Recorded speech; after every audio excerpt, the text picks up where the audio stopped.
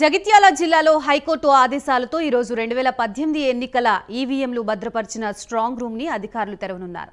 ధర్మపురిలో గత సాధారణ ఎన్నికల్లో అక్రమాలు జరిగాయంటూ ధర్మపురి కాంగ్రెస్ అభ్యర్థి కోర్టుని ఆశ్రయించిన నేపథ్యంలో హైకోర్టు ఈ మేరకు ఆదేశాలు జారీ చేసింది. జిల్లా కలెక్టర్, జిల్లా ఎలక్షన్ అధికారి స్ట్రాంగ్ రూమ్ ని తెరవనున్నారు. అనంతరం అందులోని డాక్యుమెంట్స్ ని తమకు అందజేయాలని హైకోర్టు ఆదేశించింది. ఇదిలా ఉండగా అవకతవకల లెక్కింపుతో కొప్పుల ఈశ్వర్ గెలిచినట్టు ప్రకటించారని కాంగ్రెస్ అభ్యర్థి అడ్లూరి లక్ష్మణ్ ఫిర్యాదు చేశారు.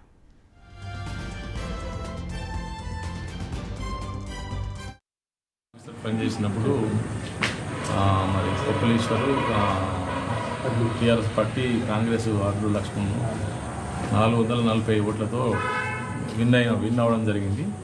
దాని విషయంగా నాకు రీకౌంటింగ్ చేయమని వాళ్ళు కోరినారు. మరి ఒక రౌండ్ రీకౌంట్ చేసిన మిగతా తర్వాత కుదరదని చెప్పేసినాను. అతను కోర్టును ఆశ్రయించినాడు. ఆ కోర్టును ఆశ్రయిస్తే మళ్ళీ ఇప్పుడు ఆ మెటీరియల్ అన్నీ ఒక కోర్టు ఏం చేసిందంటే హైకోర్టు ఎంక్వైరీ కమిషన్ అపాయింట్ చేయడం జరిగింది. ఆ ఎంక్వైరీ కమిషన్కి మొత్తం మెటీరియల్ ఏమేమైతే అడుగుతున్నారో కోర్టు ఆ మెటీరియల్ సప్లై చేయడానికి కలెక్టర్కి కలిసి లెటర్ ఇచ్చాము ఆ కోర్టు ఆదేశం ప్రకారం.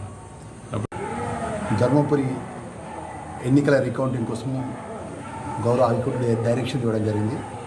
దానిలో భాగంగా అప్పుడు ఎన్నికల అధికారిగా వ్యవహరించినటువంటి రిటర్నింగ్ అధికారి ఎం భిక్షపతి గారు ఈరోజు కోర్టు ఆర్డర్ ప్రకారం స్వయంగా జిల్లా కలెక్టర్ గారికి వచ్చి అప్పుడు జరిగినటువంటి ఏదైతే సంబంధించిన డాక్యుమెంట్స్ కానీ వీడియోగ్రాఫ్స్ కానీ నేను గతంలో 2019 ఎలక్షన్ ఫిక్స్ చేసిన తర్వాత మధ్యలో 2 సంవత్సరాలు కరోనా పోయిన తర్వాత కేసు ట్రయల్స్లో కమిషన్ ముంగట నేను చెప్పినాను, సార్ ఏదైతే కౌంటింగ్ స్టార్ట్ అయిన కంచెలు అయిపోయేంత వరకు ప్రతి మాట కూడా నేను మాట్లాడిన ప్రతి మాట కూడా వీడియో రికార్డ్ అయింది. వీడియో రికార్డులో నేను చివరి ఏదైతే రౌండ్స్లో కూడా నా జరిగిన అన్యాయం విషయంలో కూడా రాతపూర్వకంగా కూడా అక్కడ ఎలక్షన్ అబ్జర్వర్కి ఇచ్చినటువంటి కాపీ ఉంది, అక్కడ వీడియో కూడా రికార్డ్ అయింది. నేను ఇచ్చిన దాన్ని కూడా ఒక రౌండ్ లెక్కబెట్టి మిగతా రౌండ్ లెక్కబెట్టడానికి మాకు వీలు పడదని చెప్పేసి ఈ రాష్ట్రంలో టీఆర్ఎస్ పార్టీ అధికారంలోకి వస్తుంటే 60 సీట్లు 70 సీట్లు 80 సీట్లు వస్తుంటే అప్పుడున్న శరత్ కలెక్టర్ను అసిస్టెంట్ రిటర్నింగ్ ఆఫీసర్ వెంకటరెడ్డి గారు ఇద్దరు వచ్చి ఆ శరత్ కలెక్టర్ కుర్చీలో కూర్చొని అబ్జర్వర్తో మేము 80% రీకౌంటింగ్ ఒప్పుకోమని చెప్పేసి కొన్ని పేపర్స్ నా ముందు పెట్టింది.